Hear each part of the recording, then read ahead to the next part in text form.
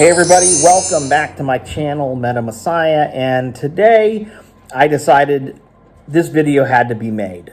It's called, in the title you'll see, A Tale of Two Tokens.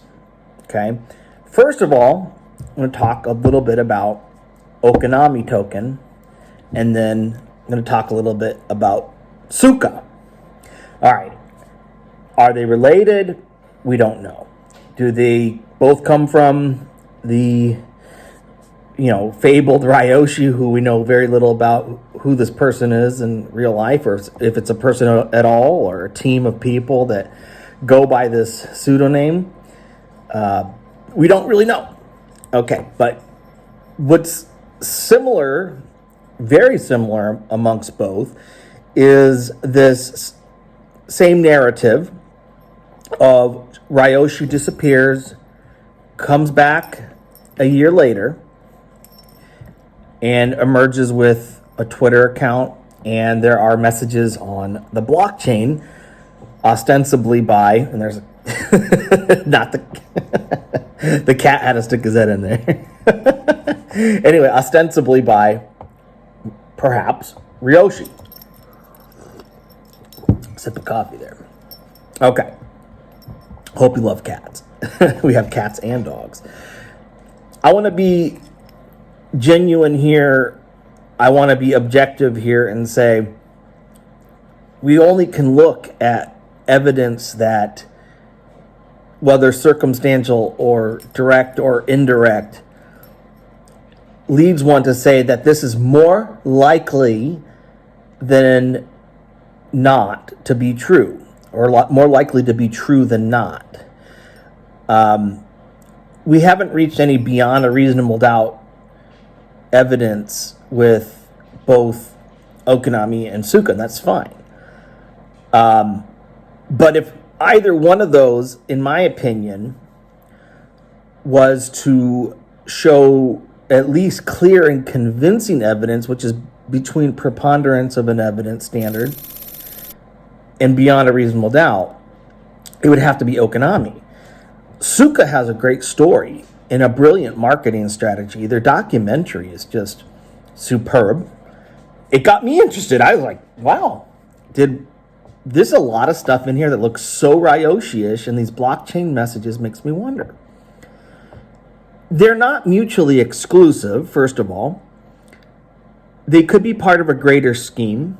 We had the ETH merge, and there likely is going to be a need for certain utility and other creative strategies to, I would say, more or less reinvent the tokens on the ERC20 blockchain in such a fashion as to fit within the future and the present and what is to come with Web3 technology, of course, and with various things that relate to the blockchains evolving and now becoming more popularized.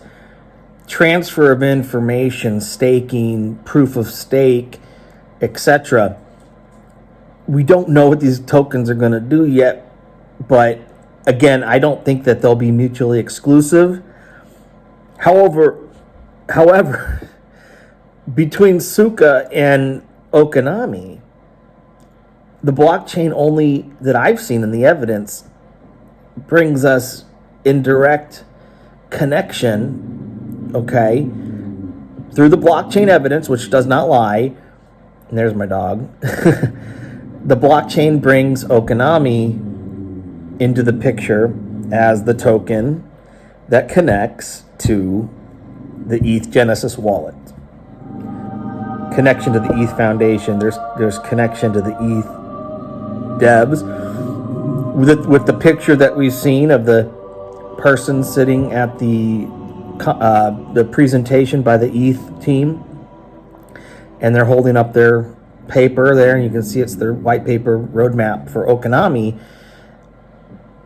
I mean, there are other people in attendance at that. They might have just been attending. But then we get this picture of them holding the same thing at a place where Vitalik Buterin once stood, and a connection as friends. Okay?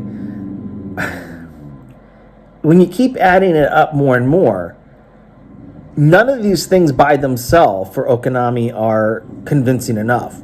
But when you look at the preponderance of the evidence, the totality of the evidence, if I were a Tsuka owner, and I don't own any, and I've thought about it, but I don't own it yet. But if I was a Tsuka owner, I would buy Okinami. And the reason for that is never put your eggs all in one basket. But if you're into the Tsuka narrative, you should certainly be into the Okinami narrative. Own both.